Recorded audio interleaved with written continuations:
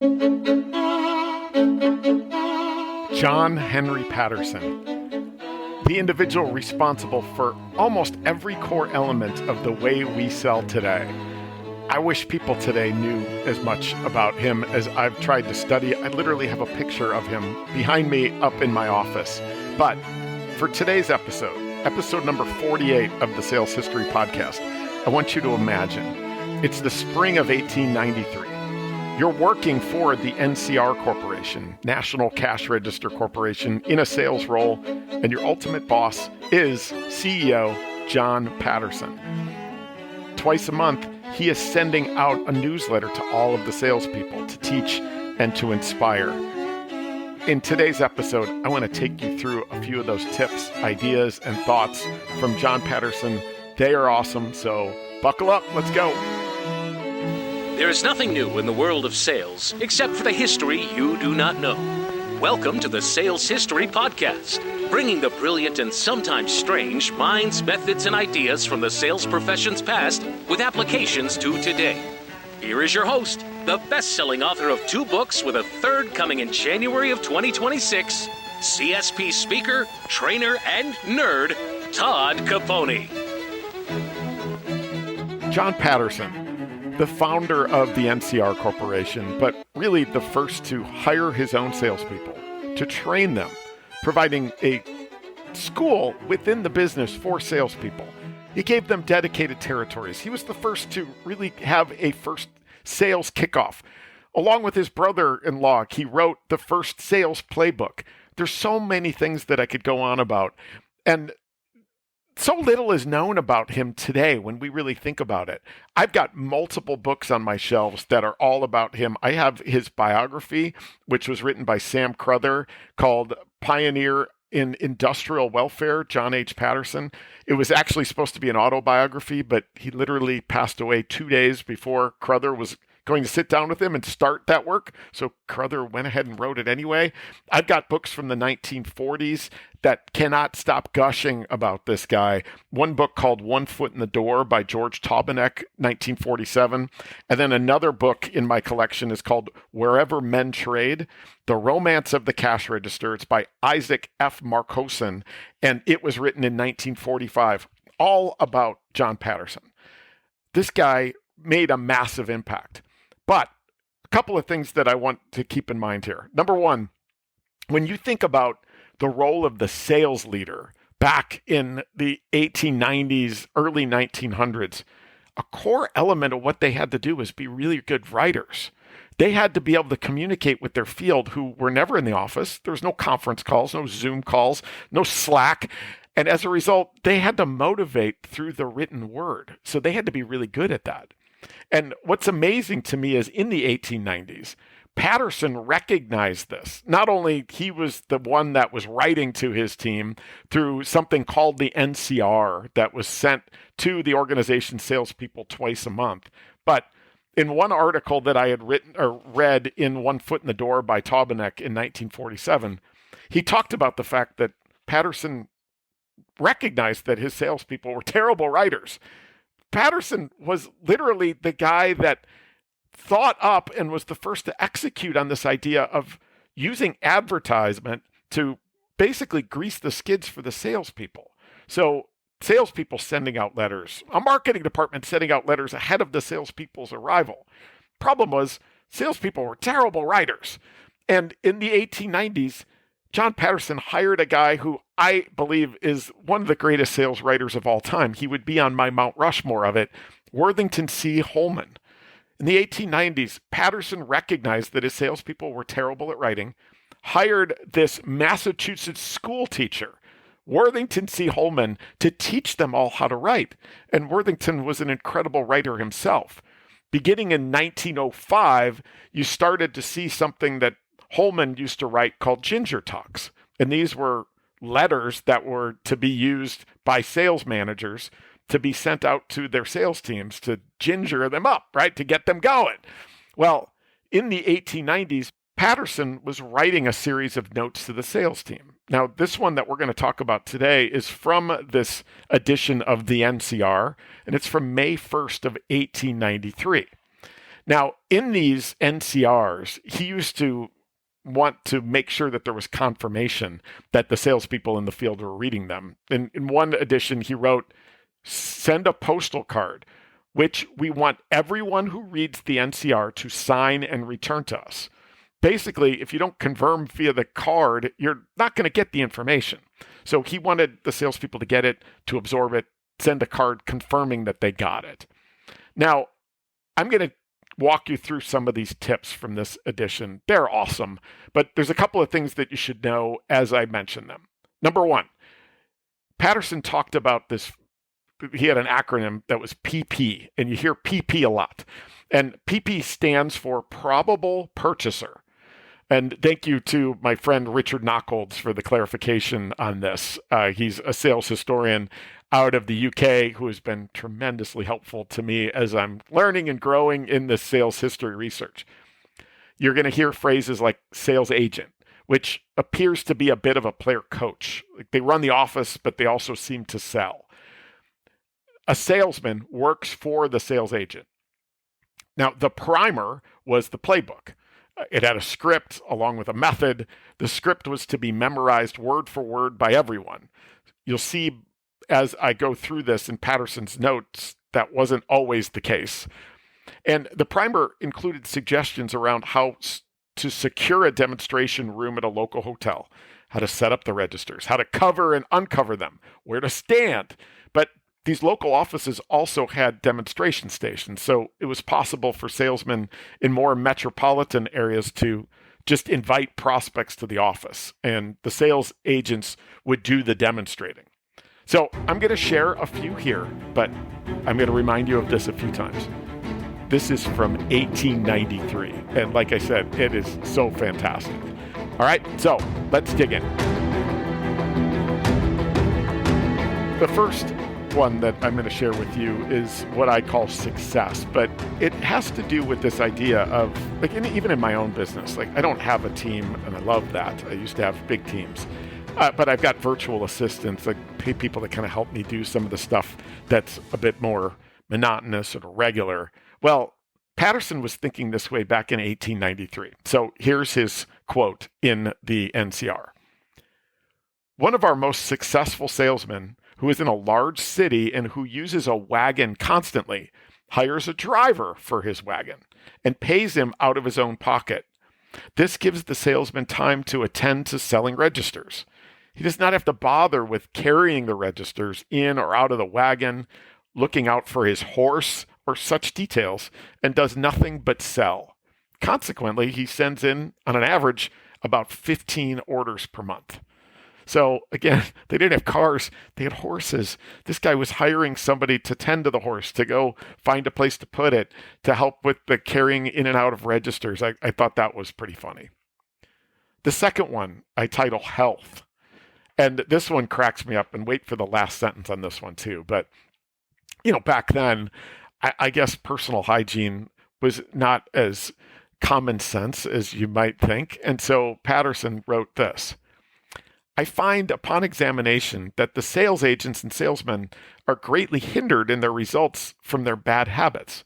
I mean, too much smoking, too much drinking, and lack of everyday bathing. We cannot afford to have the territories occupied by sick men. Some think it is necessary to drink about 5 drinks of whiskey every day. I find that the salesmen are not neat in their appearance. They shave only 2 or 3 times a week when they should shave every day. Their collars and cuffs are worn more than once, their shoes not blackened, and their shirt fronts are stained with tobacco spit." That's lovely, but I could see why Patterson was upset and writing this in the NCR. I mean, come on, take a bath every day. That's crazy. And maybe try not to get tobacco spit on your shirt. The next one I refer to as day's work, and this is a simple one. He says, most of our salesmen work an average of 5.5 hours a day, when they should work at least 9 hours. They spend their nights in carousing instead of resting, and when morning comes, they are in no condition to go to business. So 9-hour days back then was what Patterson was expecting, and he was estimating that because of the all-night boozing, they were probably waking up late, only getting about 5.5 hours in a day. The next one, I swear, is an issue that we continue to have today too, and I call it too much territory. And so here's his talk. He said, salesmen all have too much territory. They will not work it. They spend 15 minutes in giving arguments to a PP, which I mentioned earlier is a probable purchaser, and do not take time to demonstrate the register. They skip from one PP to another, devote but a few minutes to each, and the consequence is that the customer gets but a vague idea of the machine. In fact, the sale is spoiled for the next salesman, for when the salesman comes along, the customer says, I've heard all about that machine, and refuses to listen to the new man.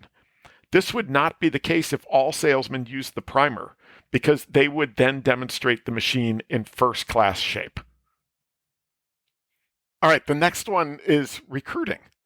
So he talks about the late consolidation of the leading sewing machine companies of this country will throw a large number of bright, active salesmen out of employment. So let's take a step back. Sewing machines, they were all the rage, and there was tons of salespeople, tons of organizations basically selling the same thing. Those companies started to consolidate, and they started to lay off salespeople. Again, this is 1893. And so Patterson is basically making the sales agents aware that, hey, there's going to be great salespeople out there, out on the streets. So he goes on to say, in one city, 80 sewing machine salesmen will be thrown out of employment. 4 general offices will be closed in Chicago alone. Now is the time to get good cash register salesmen. These salesmen will have a knowledge of machinery and are accustomed to canvassing, and on that account would make good cash register men. We have written to a number of these sewing machine companies asking for the names and addresses of salesmen thrown out of employment by the consolidation, and hope by this means to fill the growing demand for salesmen of cash registers. So brilliant thought on Patterson's behalf. I don't know if that was the first time that type of consideration had been happening, but I thought it was really, really interesting. Next is something I call a sideline. This might sound familiar to you when you read LinkedIn, especially during the Great Resignation where everybody was selling stuff on the side, right? Well, Patterson says this: I found that one of our sales agents, a man who had neglected his territory, was not familiar with the primer or the book of arguments, had an upstairs office, and kept no PP list, had written letters to a number of salesmen advising them to sell a nickel in the slot gambling machine for which he was an agent. He told them in these letters not to let the company know he had written to them, and they could sell these gambling machines as a sideline. We have an original letter to one of his salesmen to prove these statements, and yet this same sales agent had the nerve to say that business was dull and that he did not have enough territory. So this kind of stuff's been happening since 1893. It's amazing to me. So the next one is what I call his visit. And what I mean by this is that he would go out on the road and want to talk to salespeople and go spend time with them. And so he wrote this: I have been surprised to find how many salesmen and sales agents were sick just the day I happened to be there. It was the most singular occurrence that they should have been sick the night before or had been up until 12 or 1 o'clock trying to sell machines, and that was the only morning they had been late for the weeks past. So in other words, saying, oh gosh, I've been selling my head off, but just today I happened to be sick. So people were afraid of Patterson's arrival, and calling in sick was not only something that happened today, but happened in 1893. The next is thinking about the Performance Improvement Plan, the PIP. He wrote, this agent said the reason he lived in a neighboring city an hour's ride from his territory was that he had some friends in that city and that he wanted to meet in the evening. This agent was the worst of all. I had examined and ascertained that his territory consisted of a population of 200,000. He had his office run by an assistant at $75 a month. We cut down his territory one half and placed him on trial for the next few weeks. He had no system of selling, admitted that the primer was a good thing, but he was too lazy to learn it. He never spent any time in his territory in the evening. We told him that he was a back number. He had not time to shave every day. He could not afford to wear clean linen every day. He had no money to buy a Star Razor outfit. His beard looked like a music box cylinder, but he was spending $2 a day for cigars. After we had proven these things to him, he still argued that he was right. So they come in all flavors, right? And we still saw that even way back then. Next is rules from one of the offices. And there were many. I selected a few of the good ones, okay? So it starts by saying, below will be found the rules adopted by one of our sales agents for use in his office. We believe some of these rules could be used to advantage by other sales agents. So I'll list out the number. Like I said, there was many, but the first one said all agents must be at the roll call in salesman's office at 8:15 a.m., make reports, turn in PP cards, and receive instructions. So you had to be there at 8:15. All agents must be on and working their territory by 9 a.m. and work same all day. All reports must be made at the meeting in the morning. This saves the salesman from loss of time in coming to the office 3 or 4 times a day. The fourth one, all teams must be in the stable at 6 p.m. So you leave, you come back, you're there at 8:15 in the morning, you're also there at 6 p.m. Number 7, any employee coming into the office under the influence of liquor will be subject to discharge at once without notice. Number 12, money will only be paid on Mondays. Number 13, there will be a convention of the salesman at the office every Monday at 8 a.m. So you got to be there at 8:15 every day, but on Monday, you got to be there at 8, and there's a mini convention. And clearly, this is for one of those offices in a metropolitan area where the salespeople are all around and can come to the office. This clearly does not equate to the rural offices, but I thought those were really, really good ones out of the list. All right, last but not least, this is not Patterson writing. This is from the editor of the NCR called, his name is E.D. Gibbs. And he published rules for the agents in that same May 1st, 1893 edition. So this was not a part of Patterson's notes, but they provide an interesting perspective on what these player coach type sales managers were responsible for. He wrote, quote, "There are 5 things that we insist upon every sales agent doing. They are the foundational principles of success, and it is absolutely necessary that they be adopted at once. Don't deceive yourself by thinking you can get along without them. You cannot."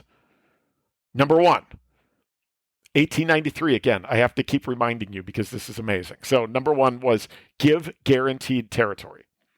Every salesman must be given a certain territory and receive credit for all orders from that territory, whether taken by him or at the sales rooms. Number 2, use the primer. By this, we mean commit the primer word for word and have every one of the salesmen and office men do so. Not commit it partly, but commit it so as to be able to repeat it exactly as it is printed. Number 3, use book of arguments. Have everyone familiarize himself with the arguments in the book, arguments on the price, so as to be able to repeat them. Number 4, decorate windows and offices. Use the illuminated pictures, the registers operated by electricity, and other novel devices to attract passers-by. And then number 5, hustle. Have your men stout out early, send out advertising matter, keep a good PP list, mail circular letters, and above all, take advantage of the many suggestions published in the NCR. Do all of the above, and you will make money. Now, there are so many additional gems throughout 1892 and 1893 editions of the NCR. I have over 400 pages that I'm continuing to read through. Incredible insight into what it must have been like. Incredible insight into not only what it must have been like to sell during the 1890s, but also to sell for the literal pioneer of the modern sales profession, John Patterson. So, another episode. What do you think? As always, I so appreciate your feedback. I love getting that. If you've got ideas, things you want to talk about, have me research, I'm happy to. And as always, please share if you've gotten some value from this or enjoyed it. Until next time, I so appreciate you giving your time and listening in. Thanks.